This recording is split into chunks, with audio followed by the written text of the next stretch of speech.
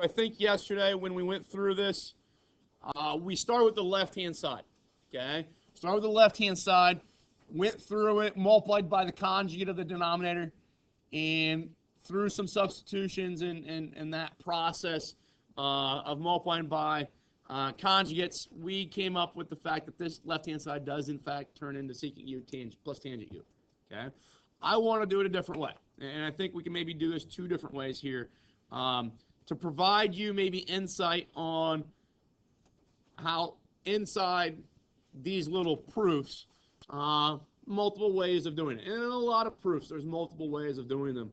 So I'm going to actually start with the right-hand side. So the right-hand side is equal to secant u plus tangent u. Okay? But isn't secant u the same as 1 over cosine u? And tangent u the same as sine u over cosine u? That makes sense? Okay, so, and people will do that. People might argue that the right-hand side looks more complicated than what the left-hand side does. So they start over here. It's perfectly fine. What do I recognize that those two fractions have? Common denominator.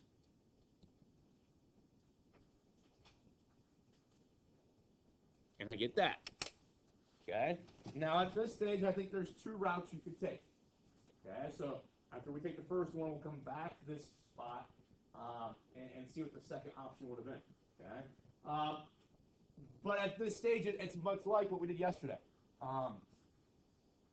I'm going to multiply by conjugates. Okay? And just to make things a little bit easier, I'm going to look at the conjugate of the numerator. Okay? I don't know how, to be honest with you, a lot of times when you use conjugates, you're looking at denominators for those, but it pans out here that we can multiply the top by 1 minus sine u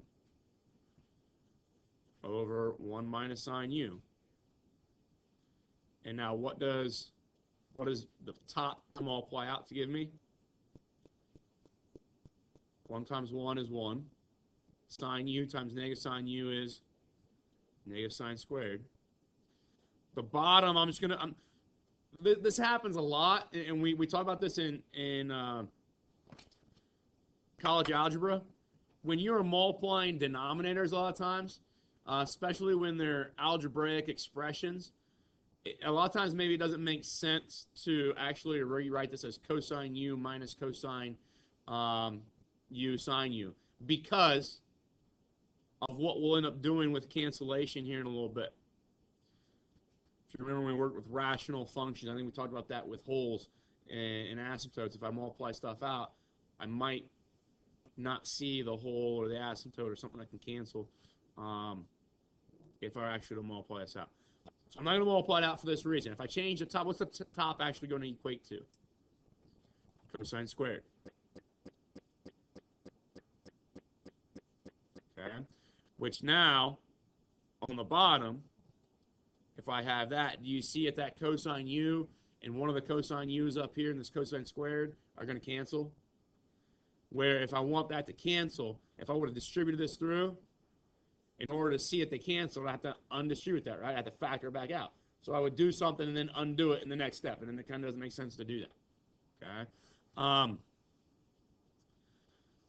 Throughout the examples we've been doing, I've been canceling kind of like this. If there's a power of 2, I'll cancel that with this power of 1 down here.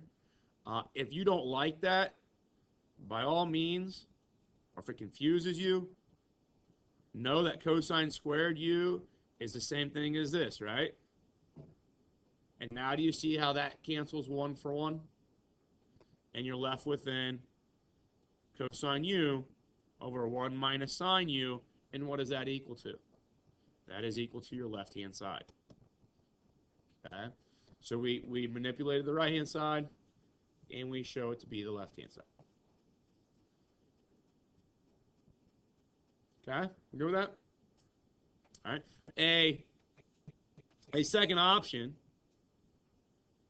like I said, was, or I guess this is ultimately a third option, is once we got to that stage right there. So I'm going to start over here with that. 1 plus sine u over cosine u. So that is my right-hand side. And to be honest, I don't have really great organization here with this explanation. But that's my right-hand side. Don't we know that is still equating to our left-hand side? Is that true? Okay. What type of equation do you have right there when you have a ratio equal to a ratio? A proportion. And what is the number one thing that we do with proportions? We cross multiply. What's that going to give me? 1 minus sine squared u.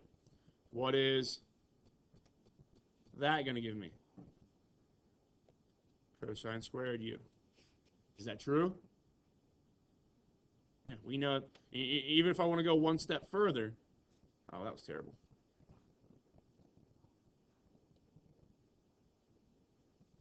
If I want to go one step further, can I add sine squared to both sides? 1 is equal to sine squared u plus cosine squared u. Is that definitely true? Yeah. So we come to a true conclusion, and making all these valid substitutions, all this valid algebra, in this case cross multiply, and we get an identity that we know is true. So that proves to us what we started with had to be true as well. Okay. But if you think about this, when I multiply those blue, what do we call? You guys remember what we call those terms in a proportion? The middle terms in a proportion. So again, the extremes are the first and last. The extremes would be the purple ones. The blue ones are the means. Okay. When you multiply those means, isn't that the same thing that was happening when we were multiplying by conjugates? Yeah. Okay.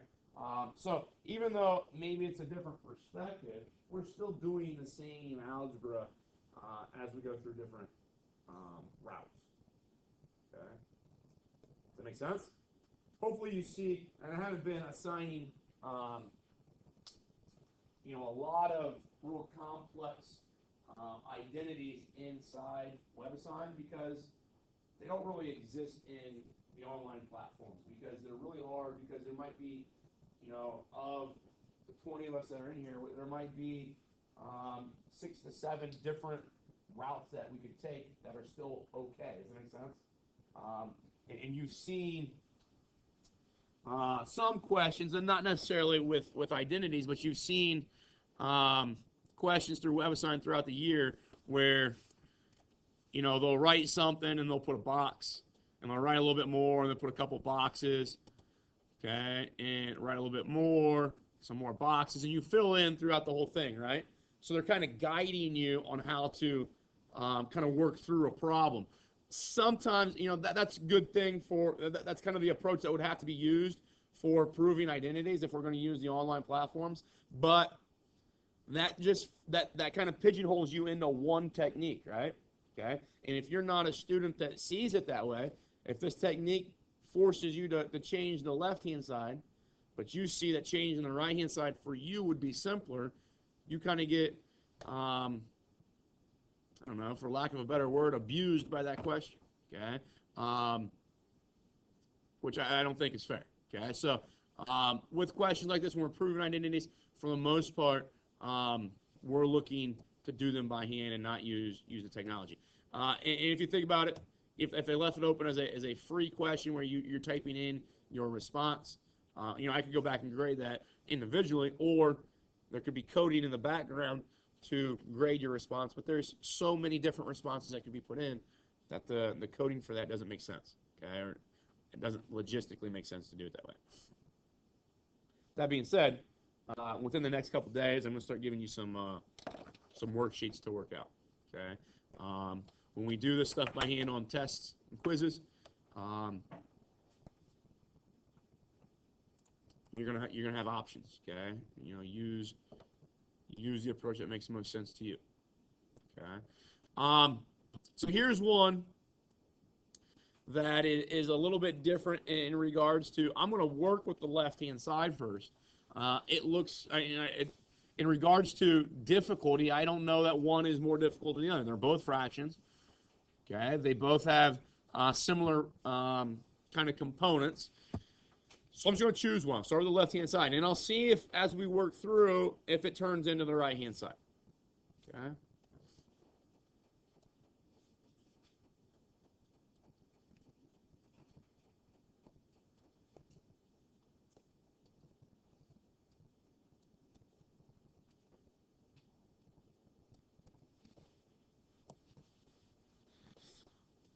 When I see, and I've worked this one multiple ways.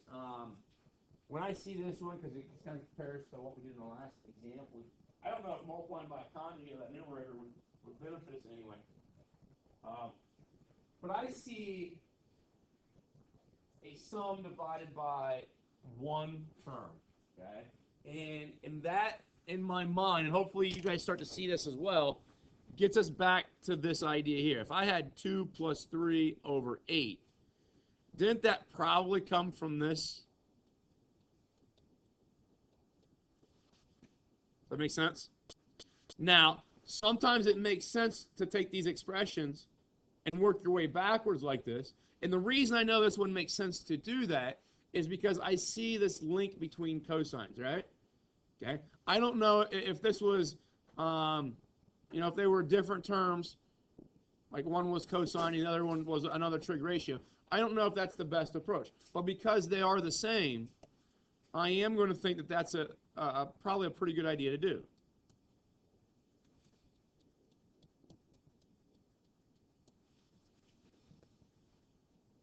Do you see why that's a good idea? What does 1 over cosine turn into? Secant. And what's cosine divided by cosine turn into? 1. Okay? So that thing right there is actually as simple as we can get. Okay? Because secant theta plus 1, we have no identities that relate secant to the first power and 1 to make a substitution or anything like that. So that is what it is. There's nothing else we can do with that. Okay? Is that okay? Does that equal the right-hand side? Does not equal the right-hand side, right? Or at least, when I say does not equal the right-hand side, does not visually match the right-hand side, correct? Okay. So let's take the right-hand side and see if we can alter it.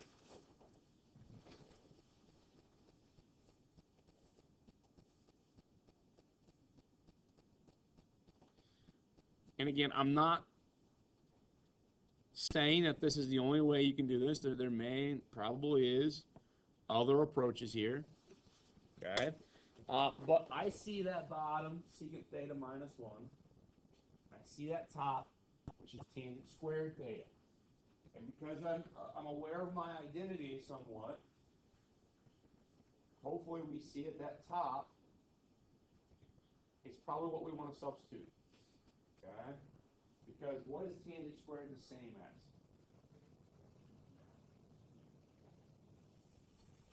We had an identity, Pythagorean identity. It's careful, not just purely secant squared. Yeah, the top turns in, if you remember, we had tangent squared theta is equal to secant squared theta minus 1, right? Okay. And I think we actually had is maybe tangent squared plus 1 is equal to secant squared. Okay. But we can manipulate it and get this. So I'm going to change the top to secant squared theta minus 1. The bottom stays secant theta minus 1. Now, and I don't know, guys, the best way of showing you this or teaching you this, but when I see tangent squared and this thing linked together in the same fraction, because I foreshadowed and I know that tangent squared is the same as this, and I see that is now very similar. Those two things are very similar, right? Okay. However, this one is this secant squared here is squared. Okay. But so is that 1, isn't it? Is this some object squared minus some object squared? What's that called? Yeah, it's a difference of perfect squares. So can't I rewrite that numerator as secant theta plus 1, secant theta minus 1? The denominator stays secant theta minus 1. What can you do there then? All right. These things drop out, cancel each other out, and you're left with secant theta plus 1. This was the left-hand side. This is now the right-hand side. And we have now shown the left-hand side is, at some stage of simplification, the exact same thing as the right-hand side at some stage of simplification. Okay? So that's an example where when we choose the complicated side, what we think would be the most complicated side, it may not visually change to the other side. And then you have to grab the other side and start manipulating it. Okay? That being said, you could do that. I would think on maybe any problem we come across, any identity proof that we want to come across, you can start manipulating both sides and see at some stage that they equate to one another. It's just more difficult to deal with problems that ask you to do it on both sides. So that's why we try to choose the most complicated one, because probably 90% of the time, the most complicated one will turn into the simpler one. Does that make sense? Okay. We're going to talk about some other identities here, but improving them